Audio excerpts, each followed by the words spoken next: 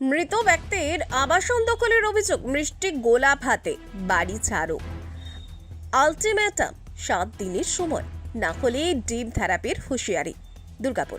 মৃত ব্যক্তির আবাসন জোর করে দখল করে রাখার অভিযোগকে কেন্দ্র করে শুক্রবার উত্তেজনা ছড়ালো দুর্গাপুরের নিউ টাউনশিপ থানার MAMC T1 এলাকায়। অভিযোগ, তৃণমূলের প্রভাব খাটিয়ে দীর্ঘদিন ধরে আবাসনটি দখল করে রেখেছেন তৃণমূল ঘনিষ্ঠ হীরক রায় ওরফে গেন্ডা। বিজেপি ক্ষমতা আসার পর ওই আবাসনের সামনে মিষ্টি ও গোলাপ রেখে প্রতীকীভাবে বাড়ি খালি করার বার্তা দেন বিজেপি কর্মী সমর্থকেরা। পাশাপাশি 7 দিনের মধ্যে আবাসন খালি না করলে ডিম থেরাপির হুঁশিয়ারিও দেওয়া হয়। পরিবারের দাবি, তৃণমূল আমলে বচন সিংহের মৃত্যুর পর তার আবাসন দখল করে নেওয়া হয়। বহুবার আবাসন ফেরত চেয়ে আবেদন জানানো হলেও হুমকি দেওয়া হয়েছে বলে অভিযোগ। প্রশাসনের কাছেও একাধিকবার অভিযোগ জানানো হলেও কোনো কার্যকর ব্যবস্থা নেওয়া হয়নি বলে দাবি পরিবারের। কি হয়েছে ঘটনা? ঘটনাটা হয়েছে, এটা আমার বাবার নামে কোয়ার্টারটা। এটা আমার বাবা ইন সার্ভিস ডেথ হয়ে গেছিলো। তখন একটা নিয়ম বেরিয়েছিল যে যাদের মানে ফ্যামিলির ওয়েলফেয়ারের জন্য এই কোয়ার্টারটা ওনাকে গভর্নমেন্ট রেটে ওনার ফ্যামিলিকে দেওয়া হবে। তো তখন আমি ছিলাম একটু বাইরে, আমি এই দিকে আসা যাওয়া করতাম। আর একবার এসে আমি এই রিপেয়ারিংয়ের কাজের জন্য লোক লাগিয়েছিলাম। তো পরাগ এই যে গেন্ডা বলে মানুষটা, সে এসে কী করলো, ওদেরকে তাড়িয়ে দিয়ে নিজের ঘরে ঢুকে গেলো। তারপর এসে আমি বহুবার রিকোয়েস্ট করেছি এনাকে এসে ইনি বললেন লাভলির কাছে যাও, যাও, করে মানে ভালোভাবে আমাকে রেসপন্স কোনো দেয়নি।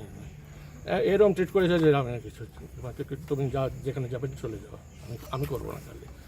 তারপর এখন আমি চাইছি যে আমার ঘরটা খালি হয়ে যায়। আমি রিটায়ার হয়ে গেছি, এখন আমি এখানে আসতে চাই। কতদিন ধরে ঘরটা দখল হয়ে আছে? এই ঘরটা হয়ে গেছে প্রায় 5-6 বছর এরকম হয়ে গেছে। এখন কি আপনি ঘর চাইছেন? হ্যাঁ। কি বলছেন? এটা আমার টাকা পয়সা জমা আছে, ওইখানে সব অ্যালটমেন্ট আছে বাবার নামে। এখন উনি বলছেন এটা অন্য কোনো নামে। আমি পাঠিয়েছিলাম, এই সার্ভে টিম এসেছিলো এদিকে থেকে, ওনাকে ইনি বলেছেন যে এটা ওনার বাবার নামে আছে। উনি বললেন যে ঠিক আছে, তোমার কাছে কোনো ডকুমেন্ট আছে তো দেখাও। ইনি বললেন যে চাবি নাই আমার কাছে, 1 সপ্তাহ সময় লাগবে চাবি খুঁজতে।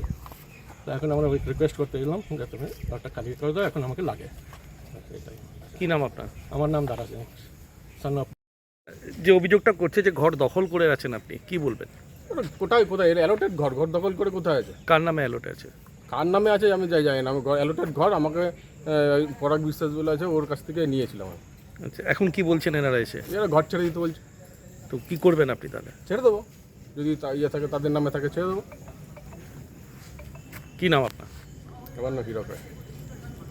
ওখানে মিষ্টি নামালেন কেন? এটা ব্যাপারটা হচ্ছে, কোয়ার্টারটা হচ্ছে দারে সিং এর বাবা অর্থাৎ প্রয়াত বচন সিং এর নামে কোয়ার্টারটা ছিল। সেই কোয়ার্টারটা প্রথমে সিপিএম এর একজন যুব নেতা ছিল পরাগ বিশ্বাস, সেই কোয়ার্টারটা সিপিএম এর আমলে উনি দখল করে থাকেন, পরাগ বিশ্বাস।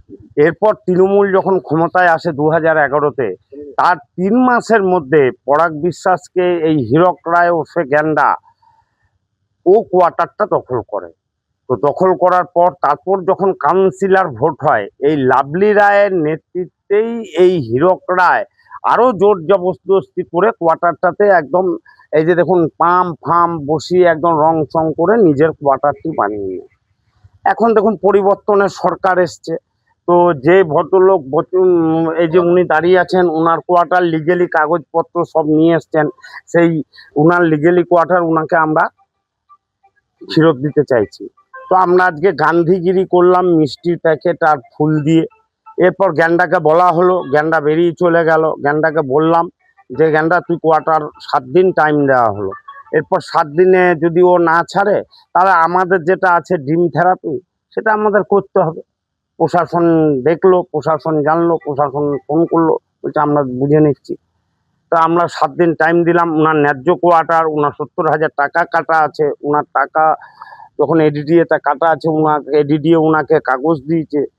তো এবার ওনার কোয়ার্টার ওনাকে 7 দিন আমরা ফুল আর মিষ্টি, গোলাপ ফুল আর মিষ্টি দিয়ে ওনার সাথে করলাম যে ভালোবাসার সম্পর্কটা যেন থাকে, সেই হিসেবে তুমি কোয়ার্টারটা ছেড়ে দাও। এরপর নাহলে ডিম থেরাপি চলবে যদি কোয়ার্টার না ছাড়ে। 7 দিন টাইম দিয়েছি আমরা। যে আমাদের মাইনরিটি মোর্চার সভাপতি আছেন, আমার নাম স্বাধীন রায়।